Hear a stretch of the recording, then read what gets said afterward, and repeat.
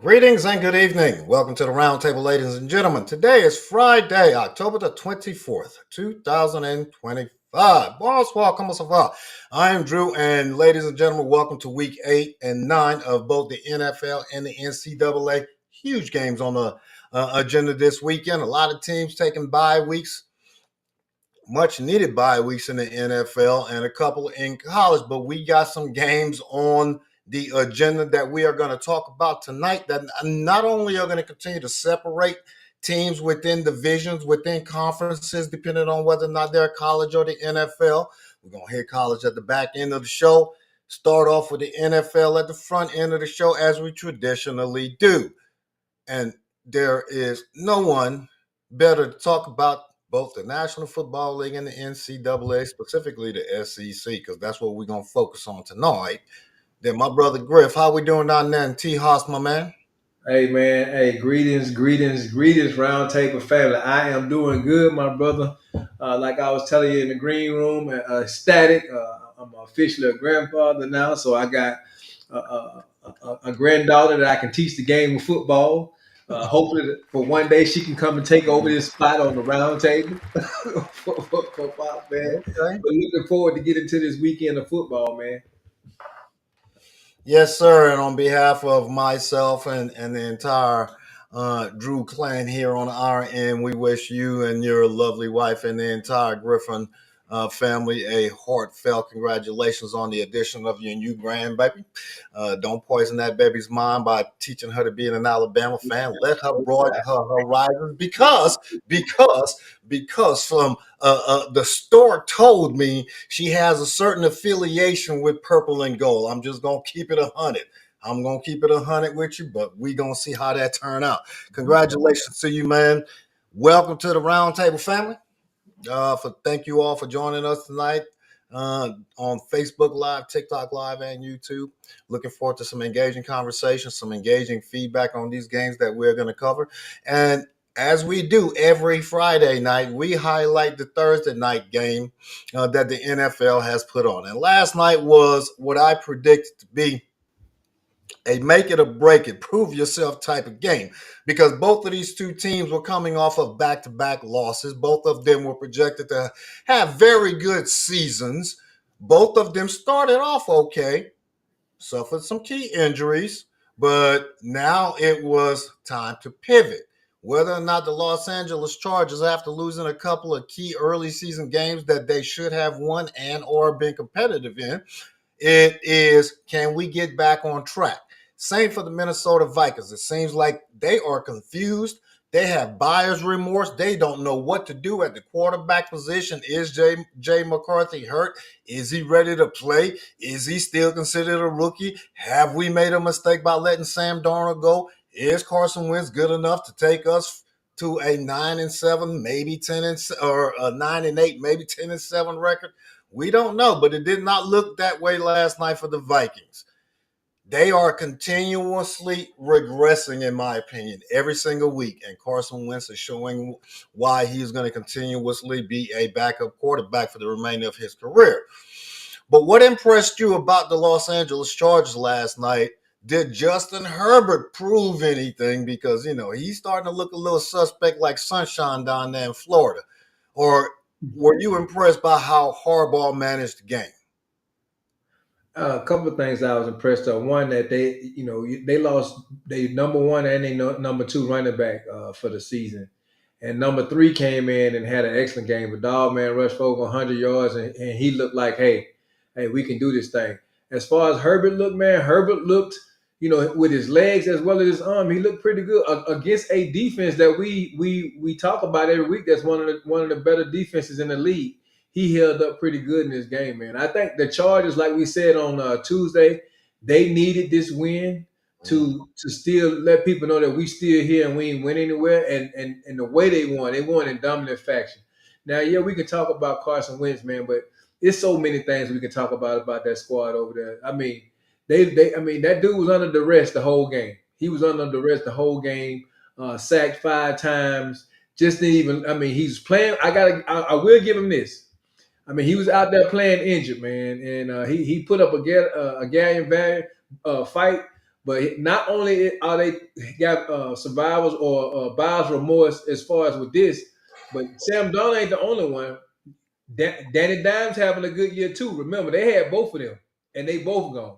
So we'll see what's going on, Cobb. Man, we got Cobb in the building, man. Cobb on here checking us out right now. What's going on, brother Cobb? My man, Leonard Cobb. Ladies and This gentlemen, we will can tell y'all defend. some This stories will about defend. Cobb. Huh? I said this will defend. Yes, sir. I agree, man. It was more about the Chargers forming and them getting back on track and whether or not they are actually going to be that team in the AFC West. Because we're looking at the Kansas City Chiefs now and thinking that, okay, well, they're back to their old selves again with the return of Rashid Rice. But at the same time, the Los Angeles Chargers have a 3-0 record within the division. They've beaten every one of their division rivals thus far this season, so they have a leg up on every single one of those teams. Kansas City's wins have come outside of the division. So, as it pertains to the division, we are still the front runner if I'm the Chargers. And that's the mentality that I have to take as Jim Harbaugh in my approach to each one of these games. It's not about being flashy. It's about doing just enough to outscore the other team and making sure that our defense has that opportunity to take the ball away. Now, for the Minnesota Vikings, like I said, they're going to continue to regress. They're going to continue to backslide. I think that offense is going to shrink, and they're going to be forced to bring J.J. McCarthy in. I don't know what they're waiting to save him for, unless he's like really, really injured. Said last Tuesday, if you can be the number 3 quarterback, you can play. Yeah. Stephen Willie Beeman showed us that if I'm ready, I'm always going to have that opportunity because there's always that chance. They The couldn't even run the ball. hesitancy that they are taking with McCarthy and the approach is a head scratcher, right? They couldn't I even don't run the understand ball. They got Aaron Jones back last night and still couldn't run the ball, man. it. Yeah, It well, was we'll awful. see. I think the Vikings are going to start to take that down slide and possibly be passed by Chicago as the number 2 team in the NFC North, or the number 3 team, not the number 2 team, number 3 team. All right, big games this weekend, man. Speaking of the North, NFC North, we have the return of the green and gold to the Aaron Rodgers persona, per se. The Green Bay Packers are traveling to Pittsburgh to take on a Pittsburgh Steelers team that is in charge of their division, in charge of their own destiny, so to speak, because they have the best record in the division. We all know what the other issues with the other teams are.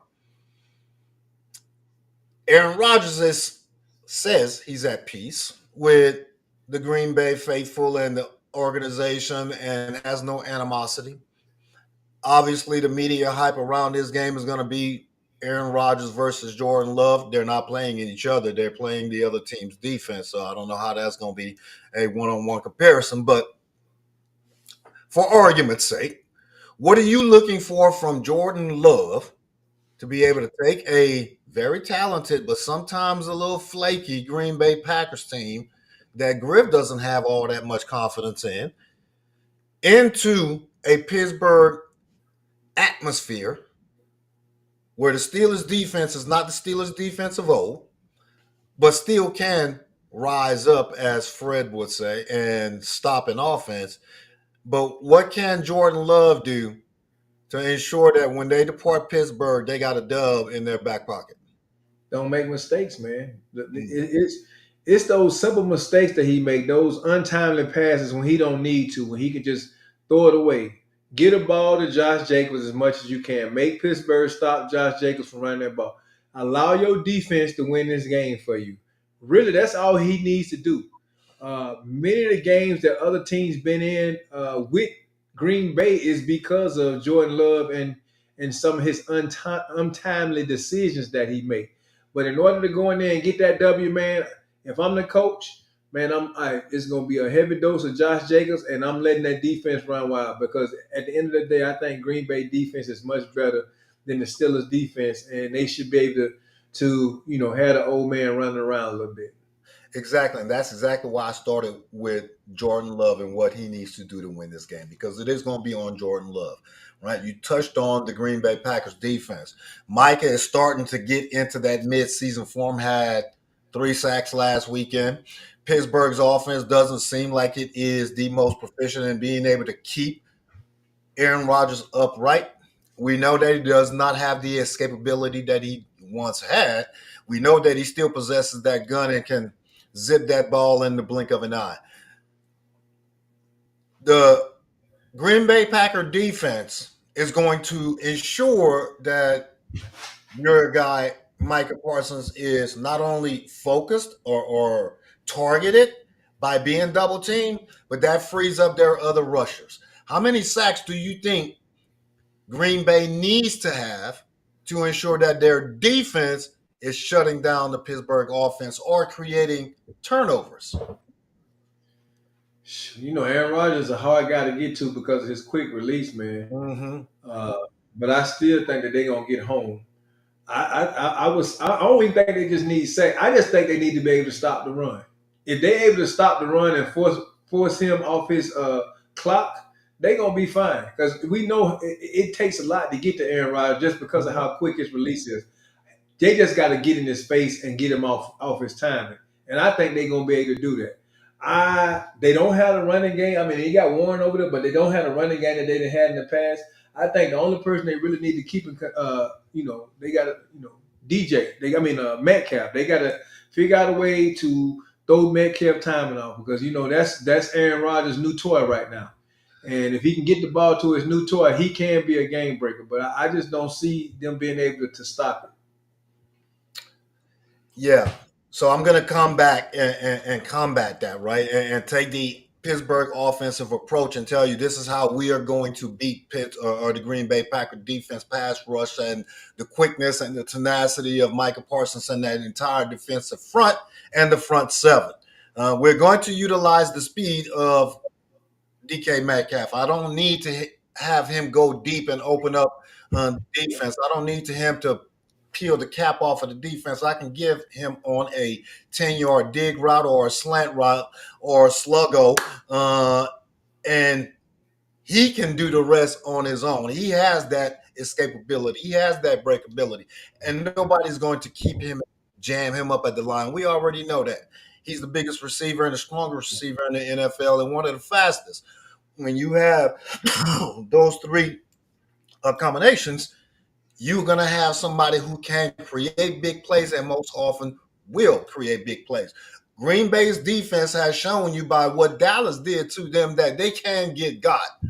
And DK Metcalf is the guy who can get you on multiple occasions. Aaron Rodgers is the quarterback that has the arm strength to get you on multiple occasions. This is a motivation game for him. He can say all of the niceties and the nice things that he wants and is focused on the game.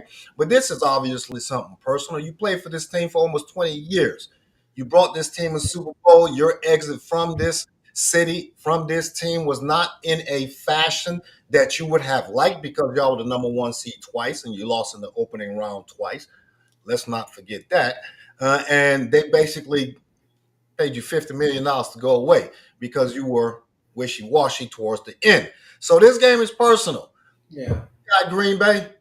I got Green Bay in this game, but Troy did break on before we go to the next one. Troy brought up a good point though. Not only we talk about DJ Metcalf, but Aaron Rodgers' primary target is his tight ends though. That's who you got. If Green Bay can stop fair move, and they gonna have to. Them tight ends gonna have to probably be in there to help double up with Micah and stuff like that.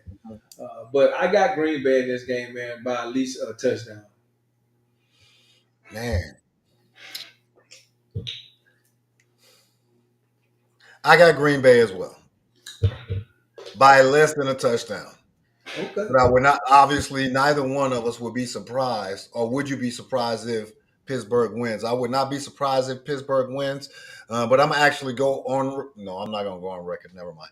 I'm going with Green Bay as well, but I would not be surprised if Aaron Rodgers and the Steelers pull this one out at home. At home. Play inspired.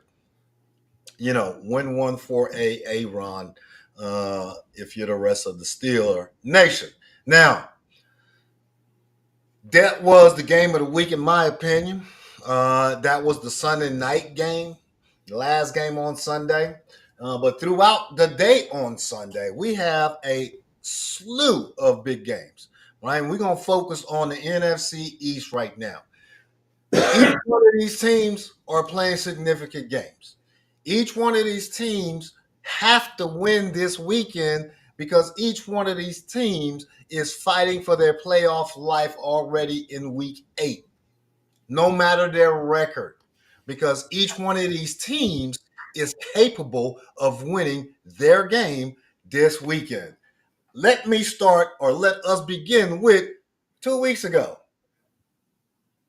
The defending Super Bowl champions traveled to Giant Stadium, MetLife Stadium, right?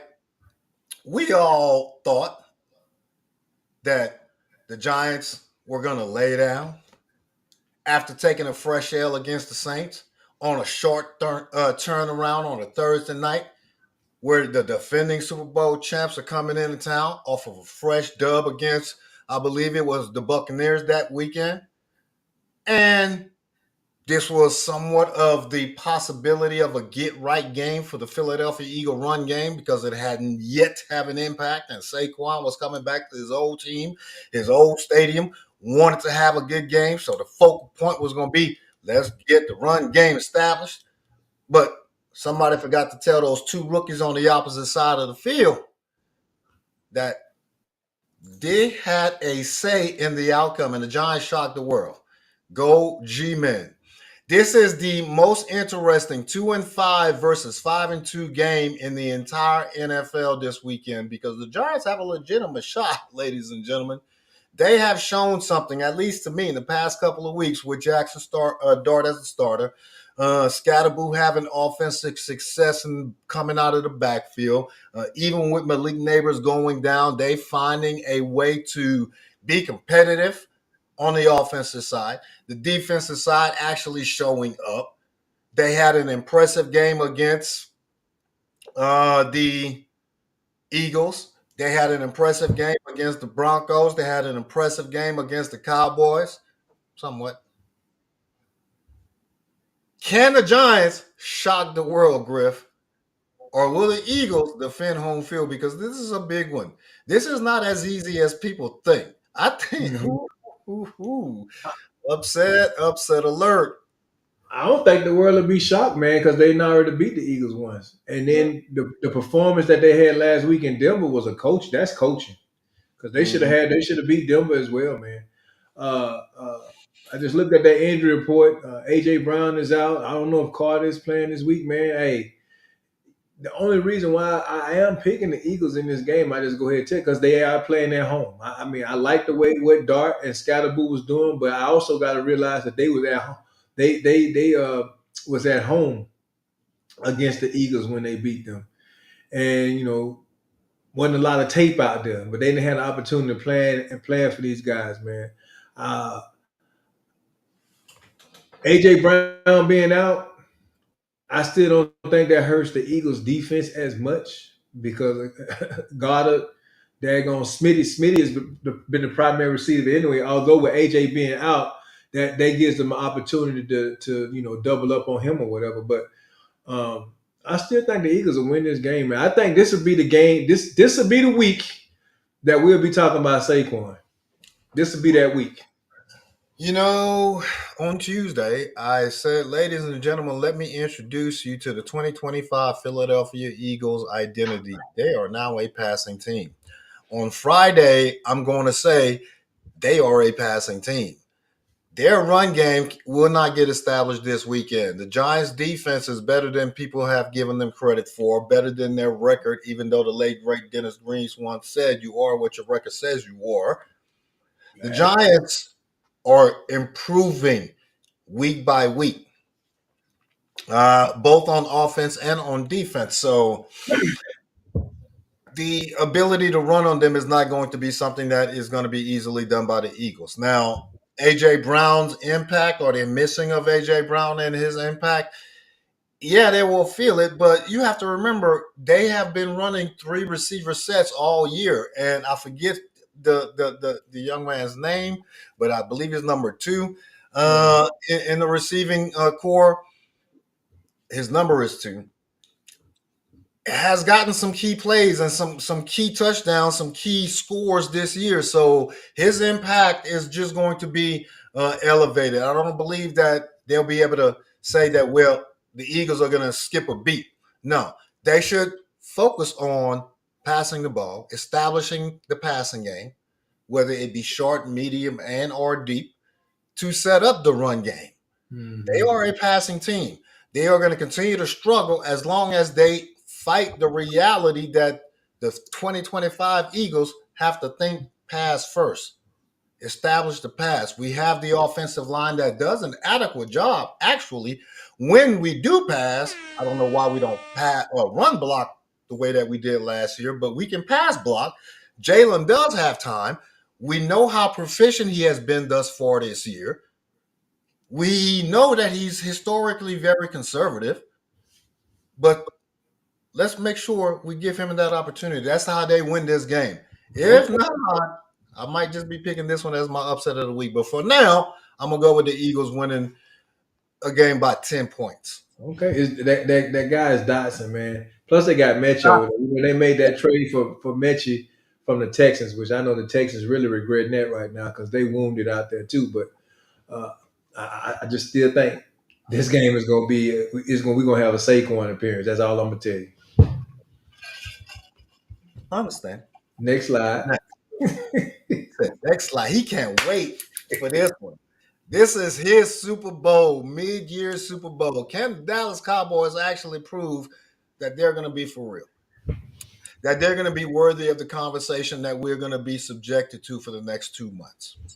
Are they going to be competitive no matter the location that they are playing the game? We all know that they are extremely proficient, 40 plus points at home, but that drops off when they go on the road to mid 20s, hence the three losses that they have. Can they travel?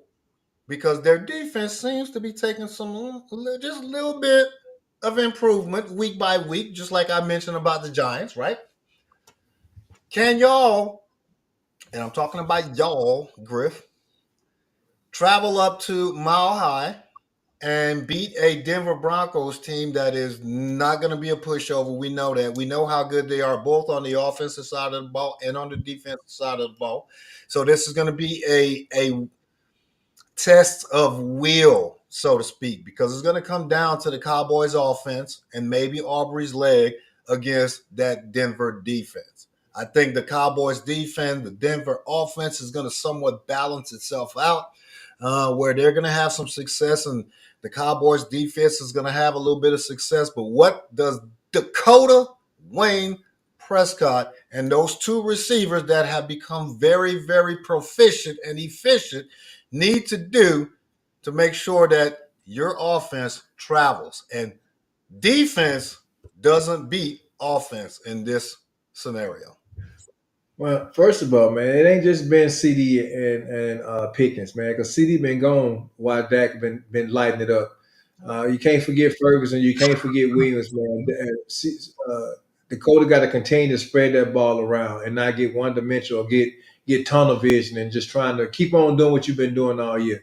That's gonna probably be our best defense because I mean, yeah, Denver got a defense, but I don't think their offense can match up with ours. I know our defense has not been that great, but based off if even Flew stick to how he changed the scheme up finally and did a little bit more man and blessing, I think we're gonna be okay, man. Denver, we keep acting like Denver gotta look how Denver. We didn't even know who Denver was last week into the fourth quarter. They was getting manhandled by a team that we had already beat. Again, the Giants lost that game because of coaching. We did not see the Denver Broncos defense until the fourth quarter with 5 minutes left in the game. That's all I'm gonna say. And I think the Cowboys will go up there and do what they do. And it ain't because it's my squad. I just like what I saw last week as far as the way the defense played and the offense. I don't see the offense skipping a beat, even though it is Denver. And I know that's your coach over there that you wish was. Uh,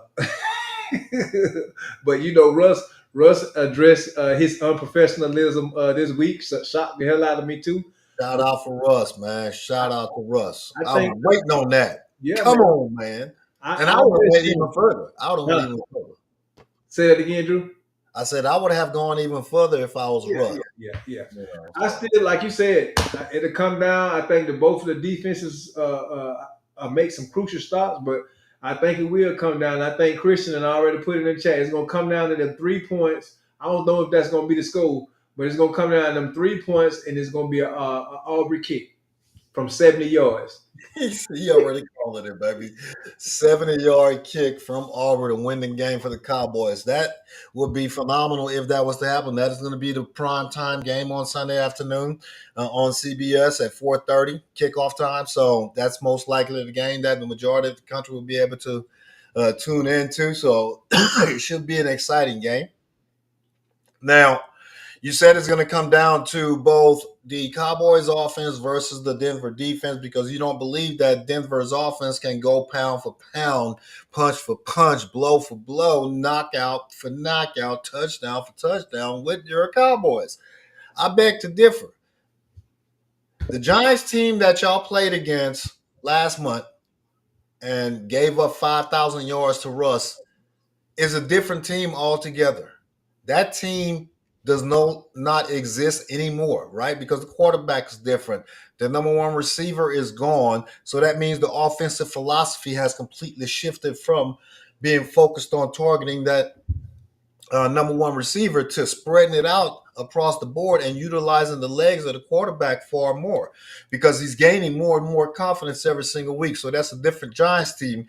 And we saw, how they performed for 3.5 quarters last week against a very good Denver defense, not necessarily the Denver offense. And got it, the fourth quarter, the complete fourth quarter was a failure of coaching and approach. We both agree on that, but at the same time, they showed you that we as a team can come back and put up points, not only be competitive, but kind of break a few records, right? Because no team had come back from that much down in the fourth quarter after being shut out and putting up 33 points to win the game. So Denver doing something right. Coaching. Hey, for Denver to win this game, the best thing they can do is keep the Dallas Cowboy offense off the field. You're right about that. Time of They possession. they Time of best they best defense is being their offense this week. That's all I'm gonna say. Yeah, yeah. So, you got the Cowboys. You go ahead and say it, man. You know you want to say it. How about them Cowboys? But not today, not today, not today. As Lee Corso would say, not so fast, my friend. Denver does have the defense to be able to balance out the Cowboys' offensive efficiency and effectiveness. That 20-20 that most very proficient offensive teams have the ability to do. What happened for the Cowboys? And Patrick Surtain is going to blanket Okay, which one is George gonna be it? Pickens. I'm thinking of which number one receiver that he probably is going to primarily focus Okay. on. It's going to be George Pickens, and George Pickens has more big plays this year than CD. Not Ferguson because will of have the injury, not because of Ferguson the will have injury. Ferguson will have 100-yard game. Hey, okay, Troy said the Cowboys is gonna be the punching bag because the Broncos was embarrassed by the Giants last week. So I'm looking forward to this. He must think my team the Raiders or something.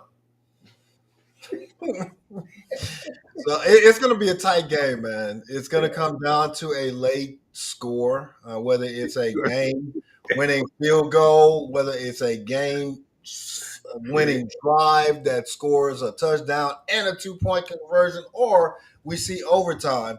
This should be a phenomenal game. It should be high 20s, low 30s at least for Okay. each team. Griff got the Cowboys. I'm going to go with the home team. Hey man, look, before we move on, I gotta address this because Fred did this intentionally to talk about CeeDee Lamb being the number one and will command respect. CD ain't no number one. Now we can go on to the next slide, man. I just want to He is the number one on that team.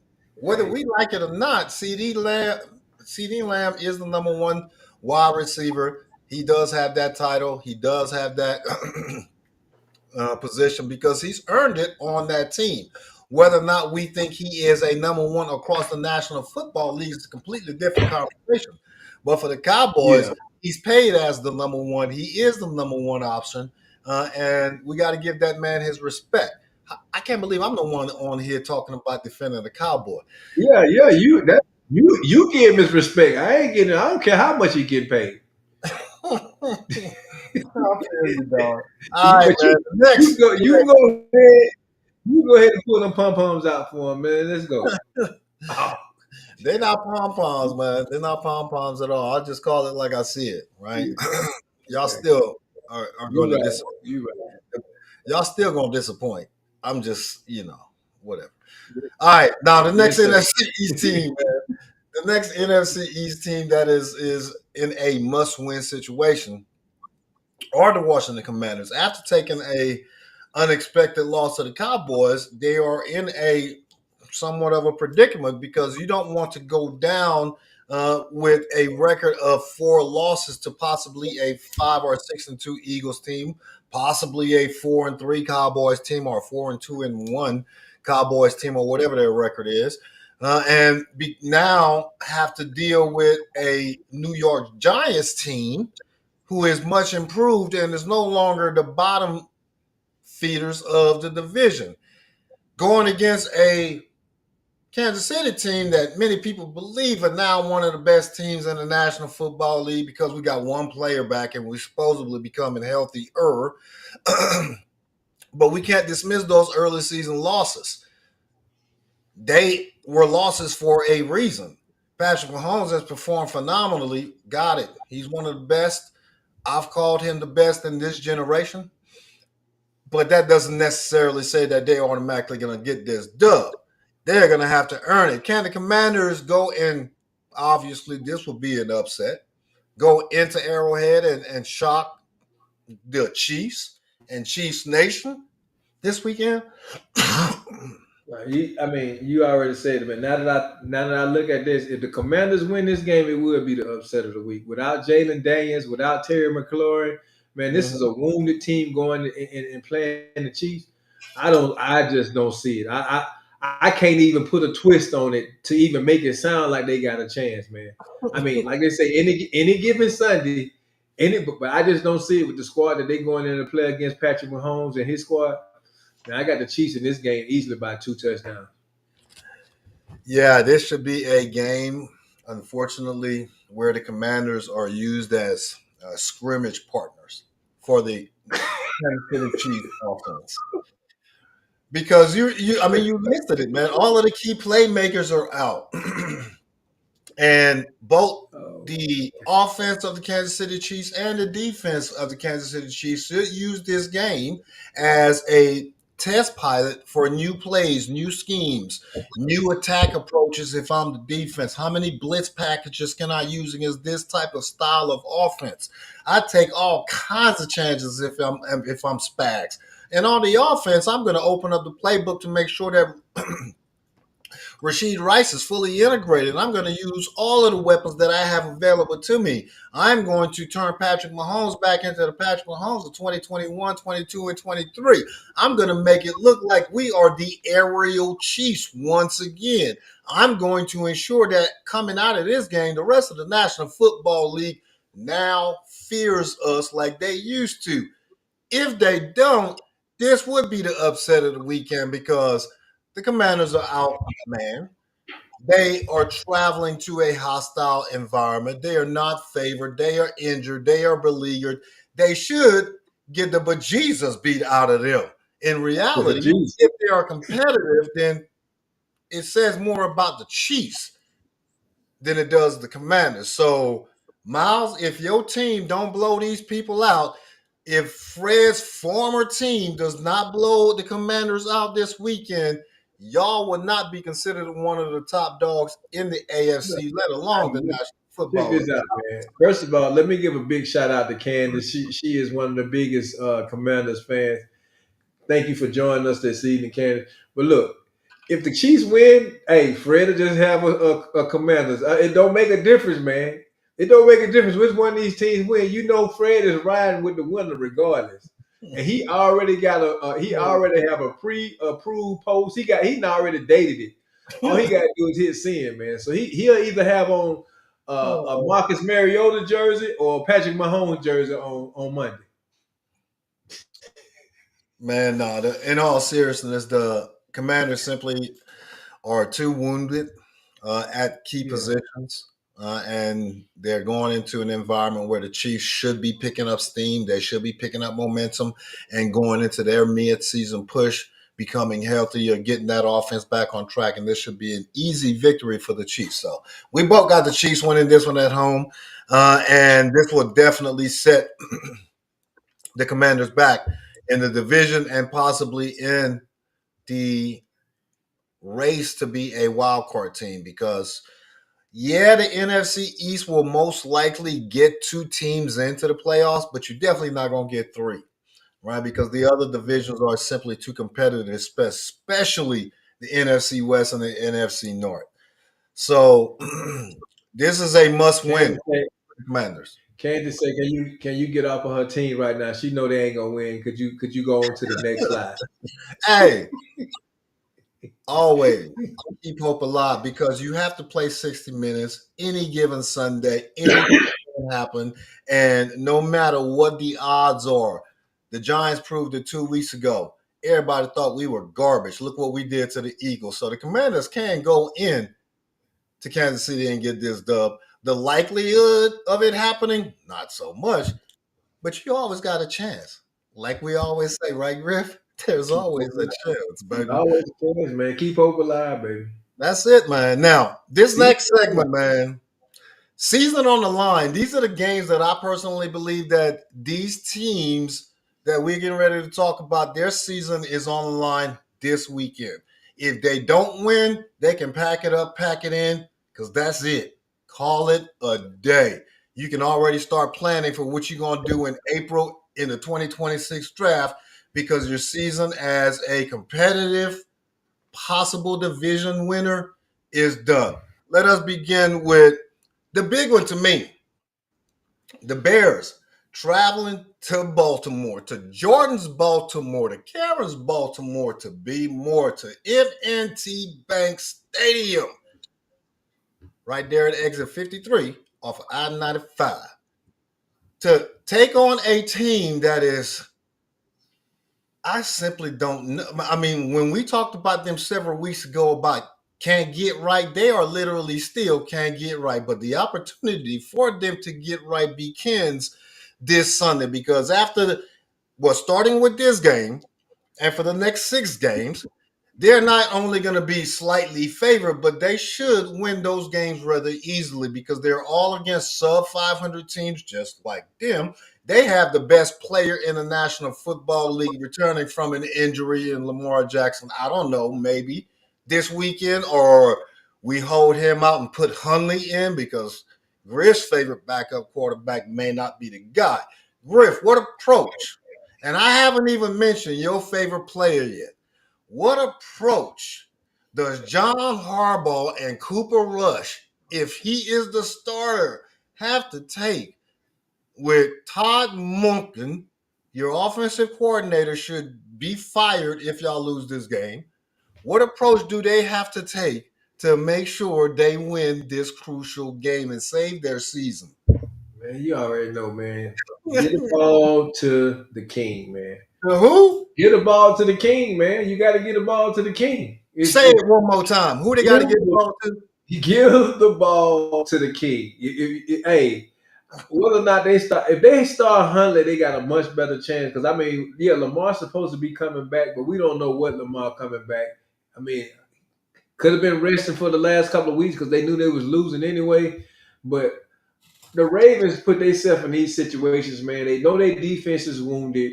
They go out there and they try to, I guess line their quarterback up to be MVP again, and that didn't work. Give the ball to the king. The king only get better as the game go forward, man. because they defense is wounded. I mean, we talk about Lamar, but the Ravens defense is the one that's really key players like Kyle Hamilton, Humphreys, and those guys, man. They got a lot of injuries on that side of the ball. The only saving grace they got is that I'm not a Caleb Williams fan. I still think he got some development to do in this league. I think he hold the ball a lot too long, and which he has a good offense. He has a great receiving core, but he just can't get the ball to them, man. And I just think that the Ravens, if you want to win this game, get the ball to the king. And all excellent points. And I'm gonna pick up right where you left off. Give the ball to the king. Give the ball to the king. Is Derrick Henry injured? Nope. Has Derrick Henry been injured at any point throughout this season? Not that I know of. So we've played 6 games. Derrick Henry is the biggest, the fastest running back combination in the history of the National Football League, ladies and gentlemen. This man is 6'5", 250, all muscle, can run upwards of 21, 22 miles per hour and lead defenders in the back. Do you know, Griff, that in 6 games, Todd Munchin's offense has given Derrick Henry the ball an average of 14 times a game? He's had 88 carries this entire season. It's a travesty. And he's been healthy.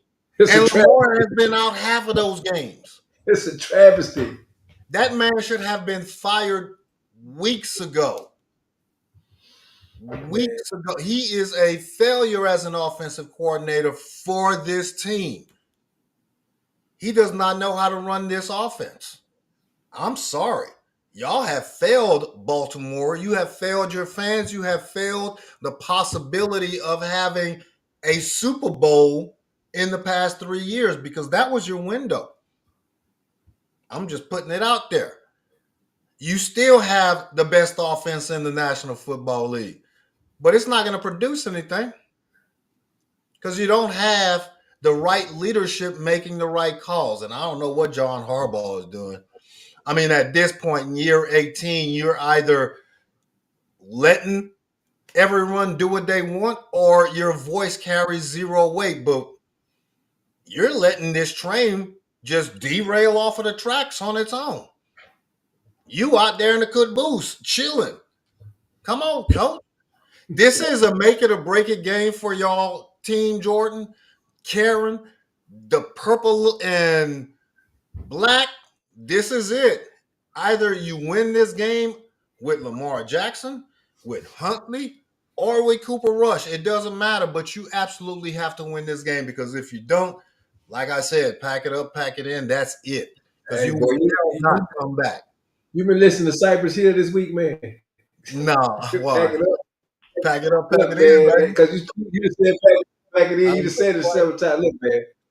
Hey, Christian predicted, man, at the end of this game when the Red, because we didn't give our picks, but I do think this. I think Chicago will win this game. Honestly, believe it or not, I got Chicago in this game.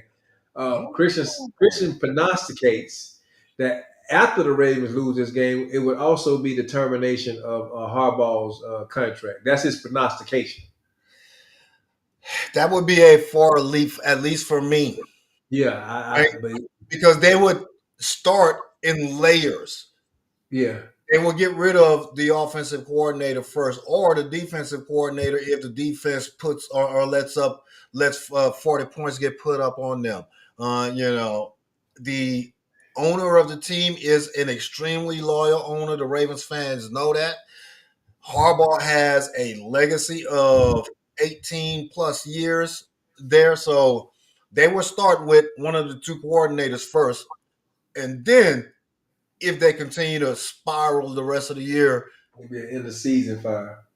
Then it will be an end of season. We parted on mutual terms type of situation, like the Patriots did with Parcells, but they really fired him a couple of years ago. So you got the Bears in this one, man. I'm going to go with the home team, and I believe that King Henry is going to get the ball 25 to 30 times and actually have a very good game because I am putting all of my fantasy hopes on King Henry this weekend because my fantasy team has taken 3 straight L's. I don't know what is going on But both of my running backs, Saquon Barkley and Derrick Henry, who I thought were going to lead me to the top of the mountain in week one, have underperformed thus far this year. So we shall see how that game turns out. It's going to be a close one. I think the Ravens do find a way. They find a way. It's not going to be pretty, but they find a way. All right, man. This next one, make it a break it game. I think the season is on the line for the Houston Texans already with all of the injuries that they've had, right? D'Amico Ryan was the defensive coordinator at one point for the San Francisco 49ers, led a phenomenal defense. This is the first time that they're actually facing each other since he departed to go down to H-Town and take the Houston head coaching job. So, can he find a way to just win? Don't know how, don't know where we're going to get it from, but can we find a way to beat a 49ers team that I still believe is overperforming with all of the injuries they have? I think the Texans gonna need some turnovers in this game. I mean, again, if you go back and look at the Seahawks game, they was in the game. I mean, Will Anderson and them, they even had a defense even scored a touchdown. They was giving Sam Darnold the business or whatever. But the problem is on the offensive side of the ball. Nico Collins ain't playing this week. He got a concussion. Mm-hmm. Stroud, it's not that guy. I'm just gonna be honest. They don't have a running game. It's gonna be very hard. I just think the 49ers, even with all their injuries or whatever, they are the team that can figured out a way. Even with all the injuries and you know they don't, hey, they gonna get a ball to CMC. They don't have a problem getting the ball to see. They, unlike the Ravens, they know who the best player on their team, and they gonna make sure he get the ball every opportunity he can. So I got the 49ers in this game, man. And I got the 49ers actually by 2 scores in this game. Wow, by 2 scores. 2 scores, yep. Yeah.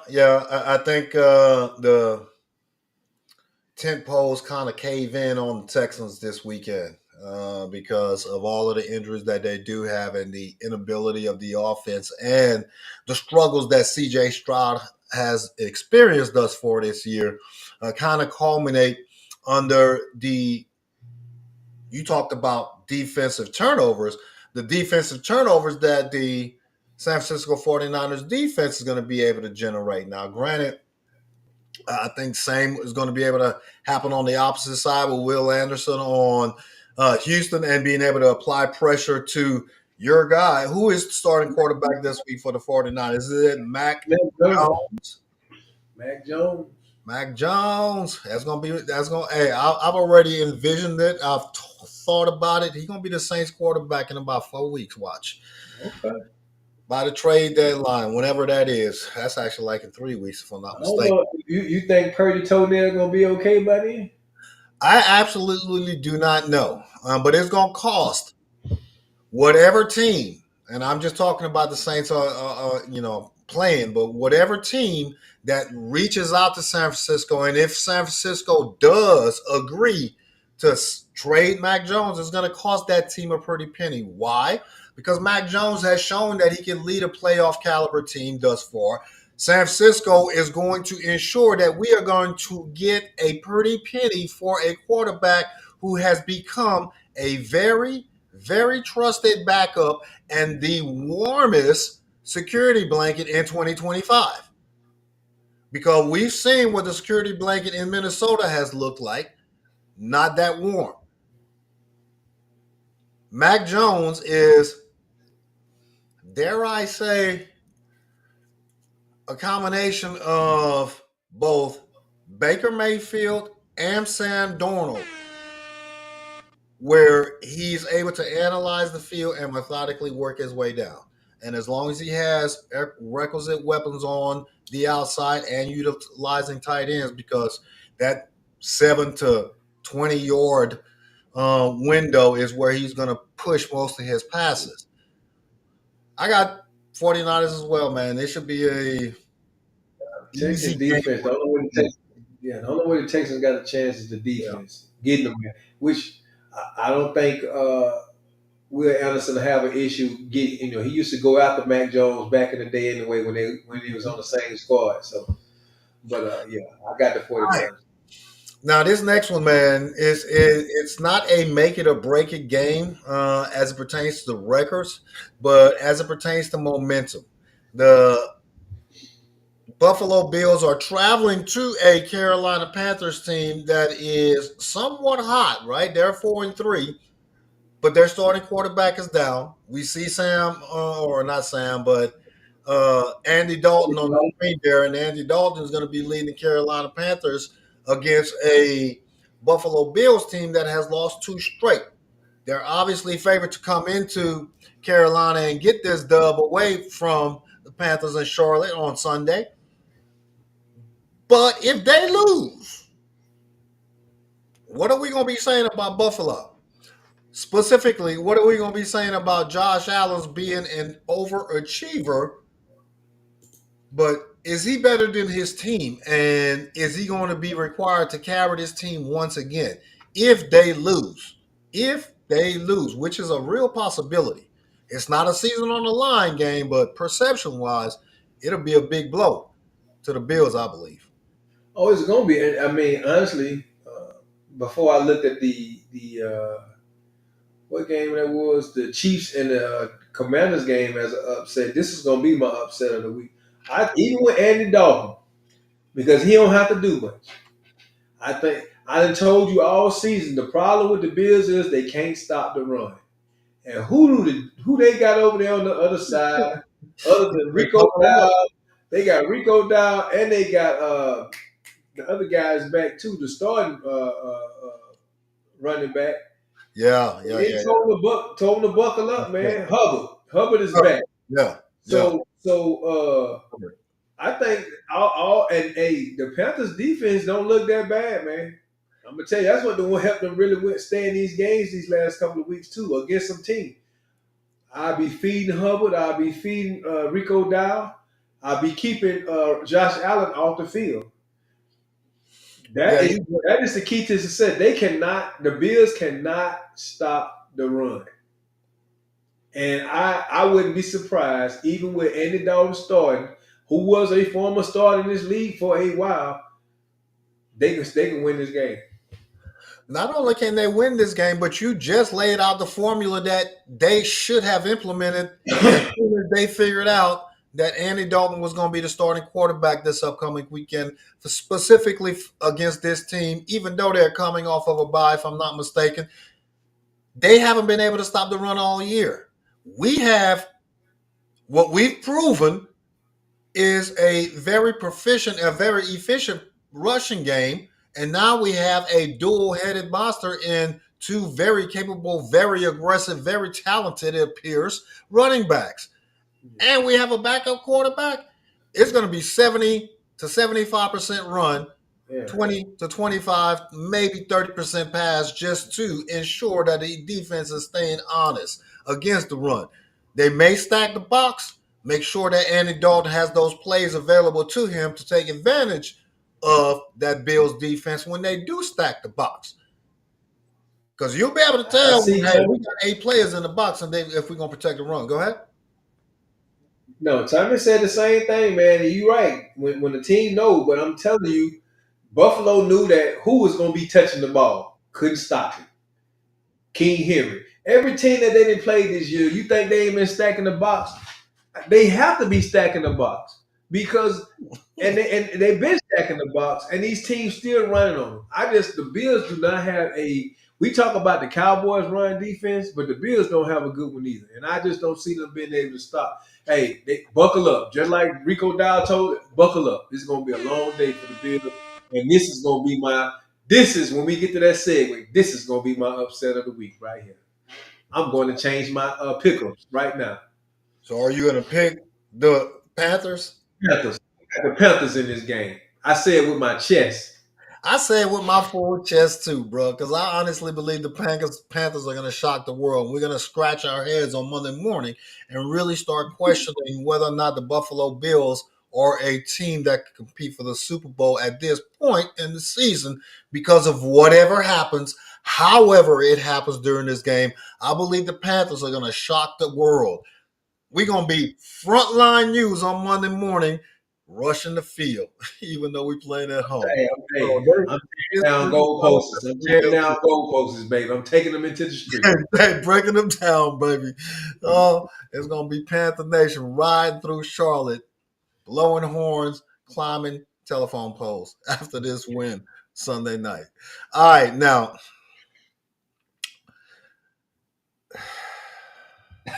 You can't even fix your mouth. I just asked the question, and we don't have to spend 4 minutes talking about it. The Jets are the best, worst 0-7 team ever because they're in every single game. Oh, man. But I don't want to talk about them for the 2 minutes. I want to have this conversation. Zachary Taylor, head coach Zachary Taylor, we figured out that we have a formula that is going to keep us sustainable, at least for the very near, very foreseeable future.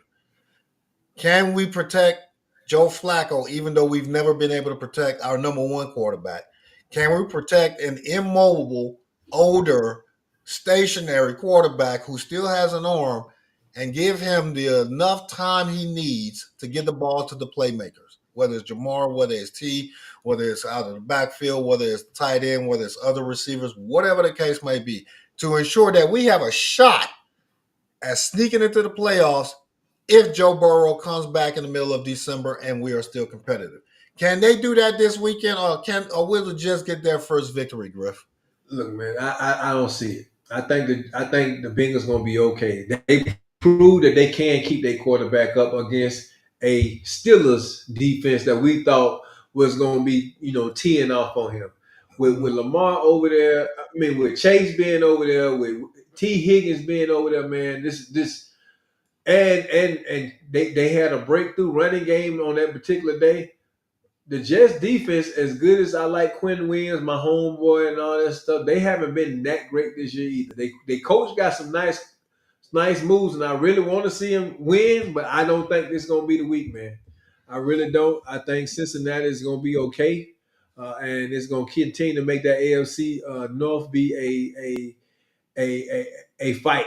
I don't think this will be the week that the Jets get their first win. The best, worst 0-7 team in the league. Yeah, I agree, man. It's going to be a competitive game. It's going to be an entertaining game. But Cincinnati's offense should outpace the Jets defense and the Jets offense because that Sauce is out.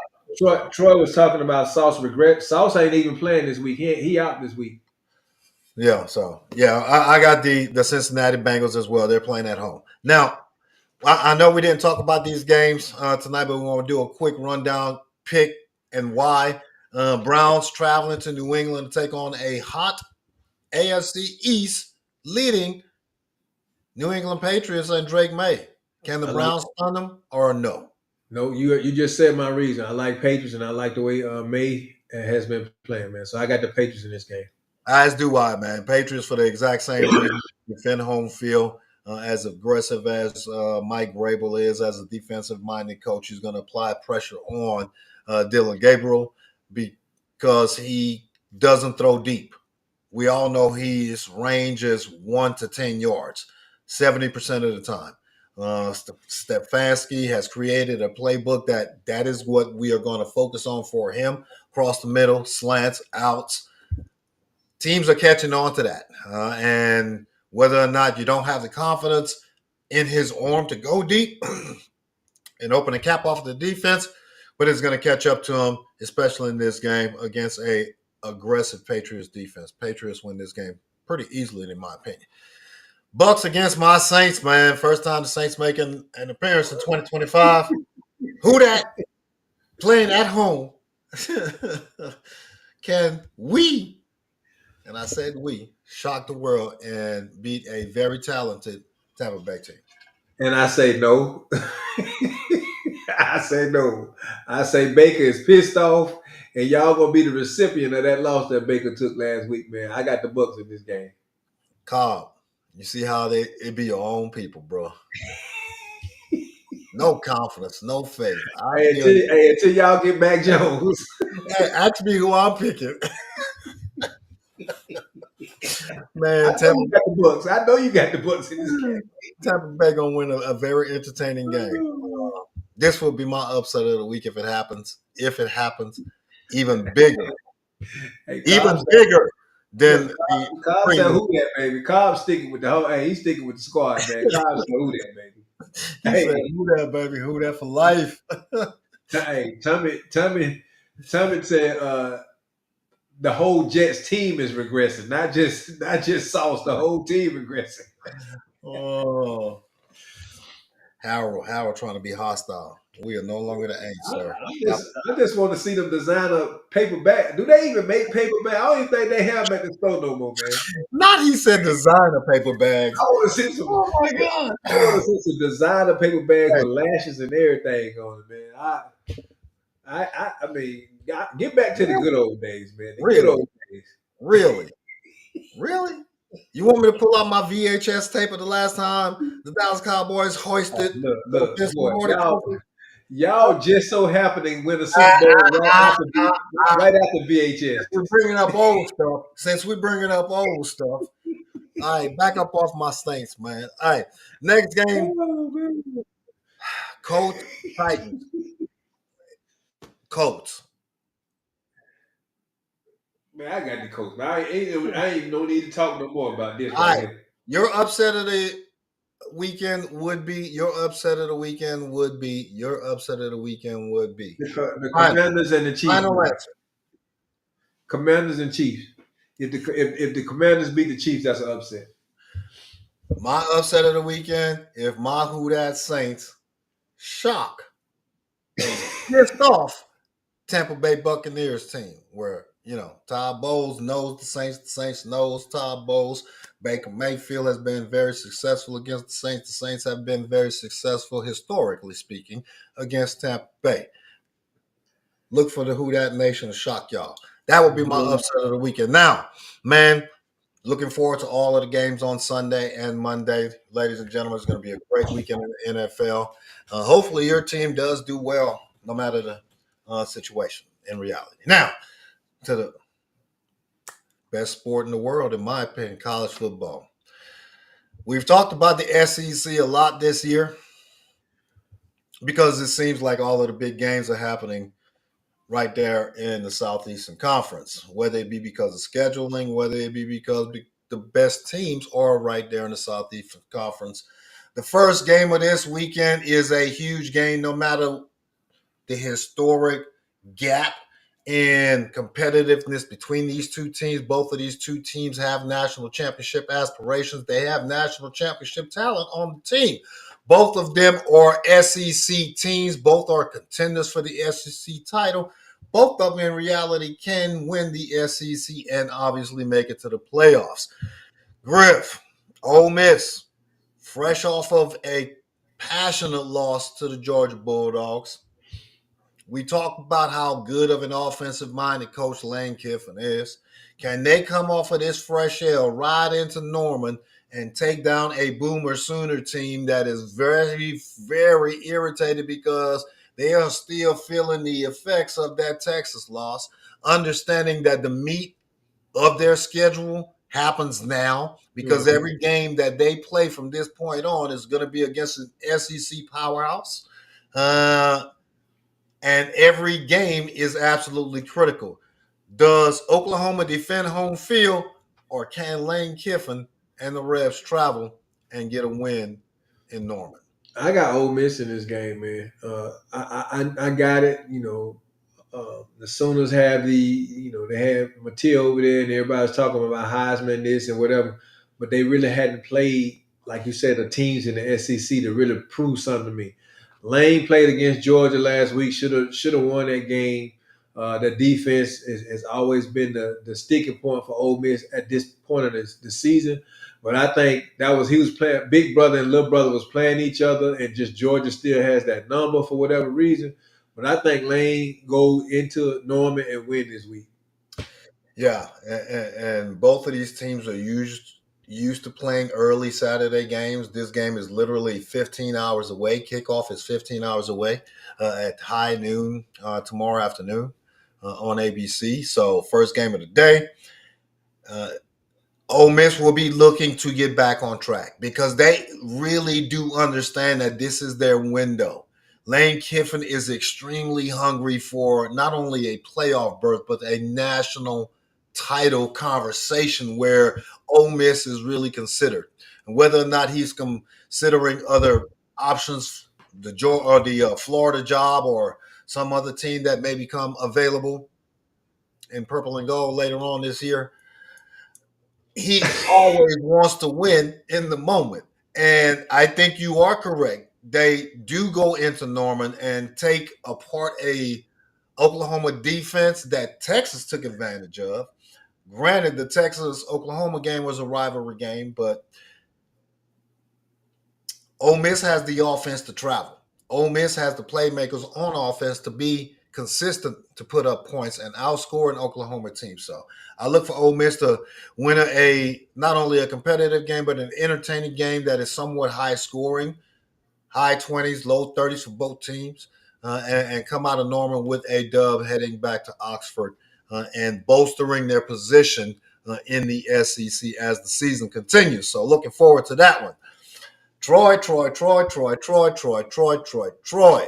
This next game, baby, is the game of the year for you. The game that you have been waiting for 364 days since the last time it happened. The Alabama Crimson Tide are traveling to Columbus, South Carolina, William Bryce Stadium to take on your South Carolina Gamecocks.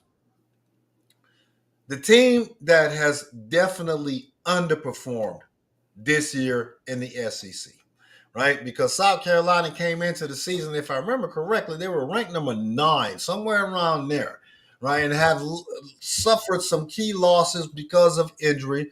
You have a quarterback that coming into the season, Mr. Sellers, that was a national,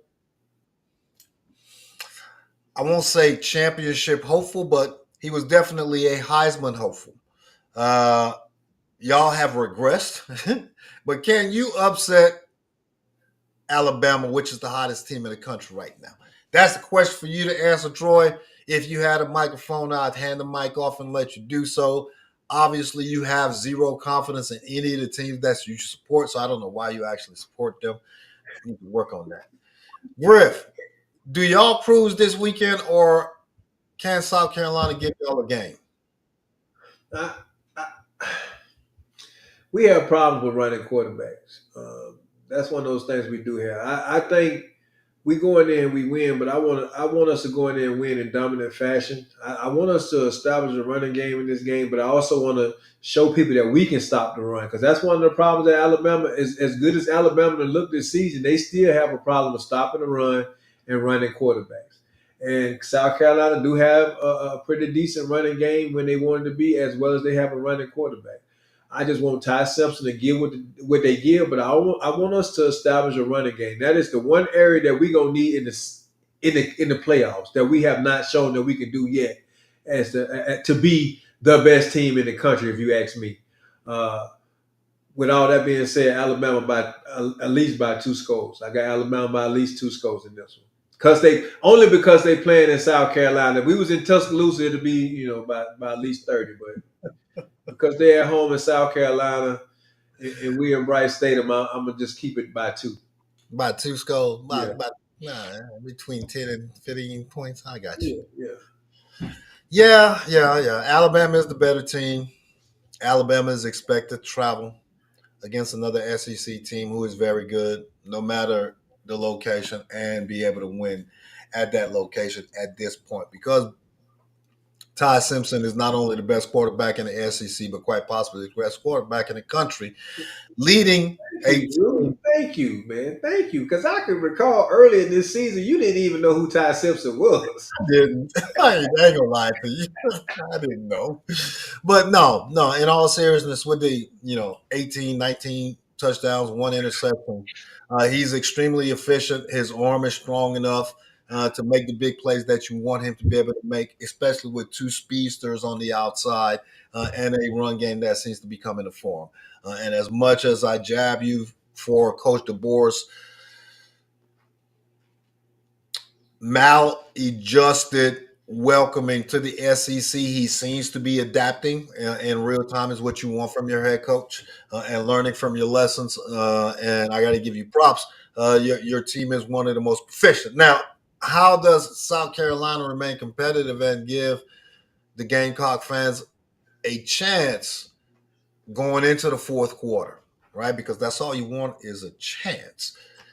It is creating turnovers, putting a lot of pressure on Ty Simpson, whatever way that you can on defense, if you have that capability, possibly forcing him to commit a turnover or two to give you that chance to be there in the fourth quarter. And like Griff mentioned about having problems with running quarterbacks, Sellers has to use his arm and his legs consistently, regularly. It has to be part of the game plan, not him, breaking away from the pocket because of pass rush. It has to be part of the game plan. But I agree with you, Alabama about 17. Our secondary is suspect too. Hey, and I would say this, and we can move on to the next team. Leonard Cobb, you hurt me, brother. You really know how With to. the Gamecocks. I Hey, thought little we, Cobb, I thought we hey, was better than that, man. I thought we was better than that, man. We go Cobb, way back. Cobb said we lived in Columbia for 3 years, and we're gonna pay Columbia her just due. Go Gamecocks.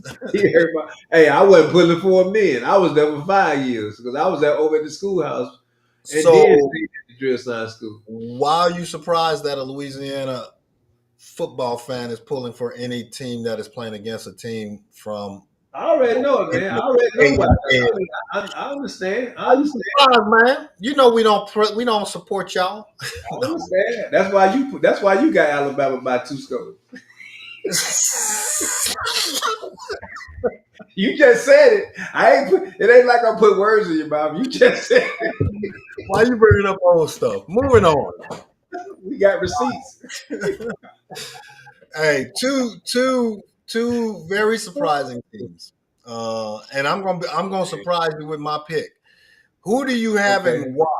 Do you believe that I'm on. Vanderbilt is just a better team and can defend home field against a Missouri team that kind of took a tough loss themselves a couple of weeks ago, but they've only lost to Bama, right? Yeah, man. I'm on the Vandy train, man. I like Vandy. I ain't gonna lie, man. Yeah, we beat them. Pavia made some uncharacteristic mistakes in that game, and I'm okay with it. But we done played both of these teams, and I just think Vandy is a much better team than Missouri. Missouri, if they really want to do something, they got two good running backs back there, and one of the things that they did do, they stopped giving the boys the ball against Alabama. If they want to beat Vandy, keep Pavia off the field.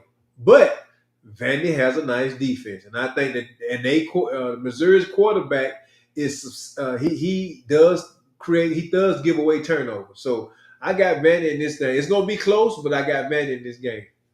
So everybody's on Vandy because everybody is riding that Vandy trail, riding that Vandy coattail because they won some key games this year and won a big one against my Tigers last weekend, kind of putting them in the national spotlight, even though they've beaten Alabama last year and played them close this year. Everybody's saying that Pavia is that difference maker. You mentioned Missouri having a very good run game because they have two very good run backs, right? They're in the top 10 in the country in the run game. You said Vanderbilt's run game is or defense is pretty good overall, but their run defense is in the bottom half of the country. All righty. And that is how Missouri wins this game. That is how Missouri ensures that you play ball, keep away from Pavia, keeping him off of the field, making sure that you protect your quarterback and his susceptibility to throwing interceptions. You run the ball 60 to 80% of the time and play ball, keep away while putting points on the board. That Vanderbilt run defense is suspect and can be taken advantage of, and I believe Missouri is smart enough to do so. They slightly upset another very good Vandy team and win a key road victory. All righty That's then. my prediction. Now, I think it's personal. I think you upset because Vandy beat up LSU. I am not. I am not. I am That's not. how you started. That's how you started it, though. You made you.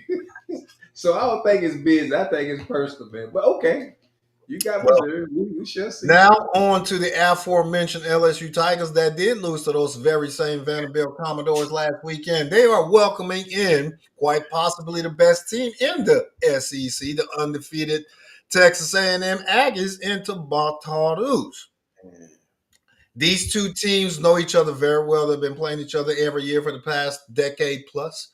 Every year for the past 8 years, each home team, regardless of ranking, has won the game. Regardless of how good that team is as compared to their opponent, every year has won that game. That is the only thing that LSU has hanging their hat on. They're playing at Tiger Stadium tomorrow night at 7:30. So we all know the atmosphere at Tiger Stadium, Death Valley, where dreams come to die.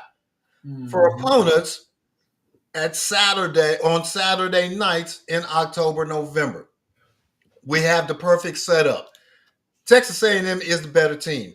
They have a running quarterback, a dual threat quarterback, as Griff has mentioned about his team having difficulties. Well, we all know LSU has a history of having problems with dual threat quarterbacks, and they have one of the best in the country this year, leading their offense. I'm putting your LSU hat on. Can the Tigers' defense, which has been much better than the offense, the Tigers' defense create multiple turnovers? Because that's what it's going to take. Multiple turnovers for LSU to have a shot. I haven't seen y'all defense perform to be able to do that. I mean, they only did it in one game that was against Florida, man. But I would tell you, uh, you should have some type of solace in knowing that hey, Arkansas put up 42 points against this same Texas A&M team last week. So hey, if y'all can figure out how to control the ball, I think y'all underutilize y'all running backs on this squad. I think y'all try to make Nussmeier better than what he is. Uh, I think y'all got to keep that Texas A&M offense off the field and, like you say, create some turnovers. Because the quarterback for Texas A&M is he as good as he is, he's good for turning the ball over too. So, but I got A&M in this one, brother. Even though y'all playing in Baton Rouge, and I know you done gave the history of who won the last whatever. I just, hey man, I think you want this loss. You need this loss more than you need this win, so that you can get rid of your coach. So it just add fuel to the fire, man. So I think even though you might say LSU deep down inside, I think you want the squad to lose. I'm not deep down in anything. I'm going to tell you straight up. If LSU wins, I'm happy. If LSU loses, I'm happy because you are absolutely correct. It does one of two things, depending on how they lose. One, it guarantees that the offensive coordinator will be fired bright and early Sunday morning.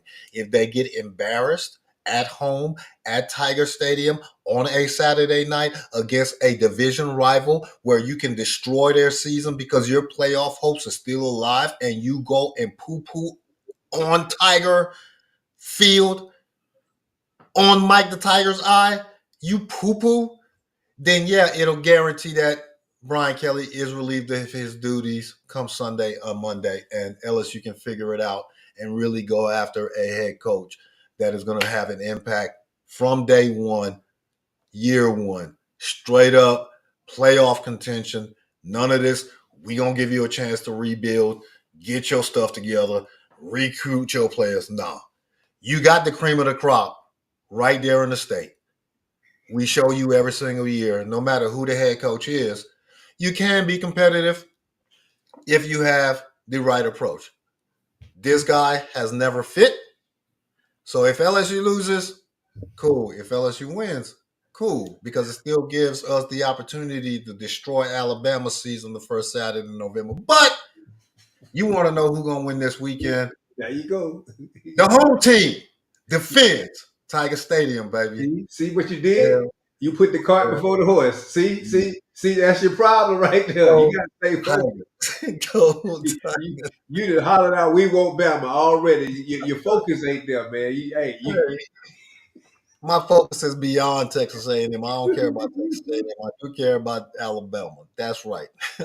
All right, man. Great, great, great show. I'll have more to talk about Mr. Brian Kelly on Tuesday night, depending on how this game turns out, ladies and gentlemen. So, if you care as to whether or not I care about Brian Kelly's employment, tune into the show on Tuesday, and we'll have that in-depth discussion. Griff, you got anything for the roundtable audience? Hey man, hey, first of all, Tommy, thank you for holding me accountable, man. He told me to get rid of the what ifs. You know the what ifs is in Don't Talk About It, Be About It. I do have a section in the book that talks about the what ifs. So Tommy, thank you for holding me accountable and not using the what ifs. But I just want to say a big shout out to the Roundtable crew as always, man. Y'all make this show. Me and Drew, we get up here and talk, man, but y'all just give us so much to talk about. When I look at these comment sections and see y'all children chattering, man, it does my heart good. I appreciate y'all. I thank y'all. Thank y'all for y'all continued support. Make sure you keep on getting the word out about the round table. And just tell people to come join us and have fun, man. Y'all have a great, safe weekend. Be careful out there and roll tide. Excellent message, bro. I appreciate that. Just as the CBSA would say, you covered it all. Hopefully, everyone's team does have a good display of effort. I talk about my team in both disparaging and somewhat comical ways at times, but it's just as an example of how passionate I am, and I am pulling for those Tigers to beat down those Texas A&M Aggies tomorrow night. So go Tigers! Let's get one for the Dipper, as they would say. Boy, Best. hey, I'm just gonna say this, man. I didn't hear no enthusiasm in that. It's just Yeah. let's woohoo, let's go Tigers. Get one for the good. Hey, it's always near and dear to my heart. No matter where I am, it ain't too far away. So LSU gonna always be represented, and no matter whether or not I'm calm or I'm being extremely passionate, the resolve in my words is what really carries, as Troy would love to say. But LSU gonna shock y'all. That's gonna be your upset of the weekend in college. All right, down goes another nationally ranked top 3 team. Watch what I'm saying. Mark my words, because it's not gonna be Ohio State. It's not gonna be Indiana, because they still playing a cupcake schedule up there in the Big Ten. It's gonna be that number 3 ranked team, possibly that number 4 ranked team. Anyways, All righty. you know that for number 4 ranked team is yours, right? Roll Tide. Roll Tide. All right, man. Y'all have a safe and a blessed weekend. Hopefully your team does do well. And as Griff mentioned, please ensure that you're keeping your head on a swivel no matter the activity that you're engaged in, because it is crazy and unpredictable world out there. But at this very same time, don't forget to help out your neighbors. Please do something nice for yourselves and your family. Take care of yourselves and your family. And if given the opportunity, please do something nice for someone that you may not even know, because it just might be the best thing that happens to them and maybe you on that particular day. Y'all take care of yourselves. Y'all be blessed. Y'all be safe. Y'all be breezy. See y'all on Tuesday.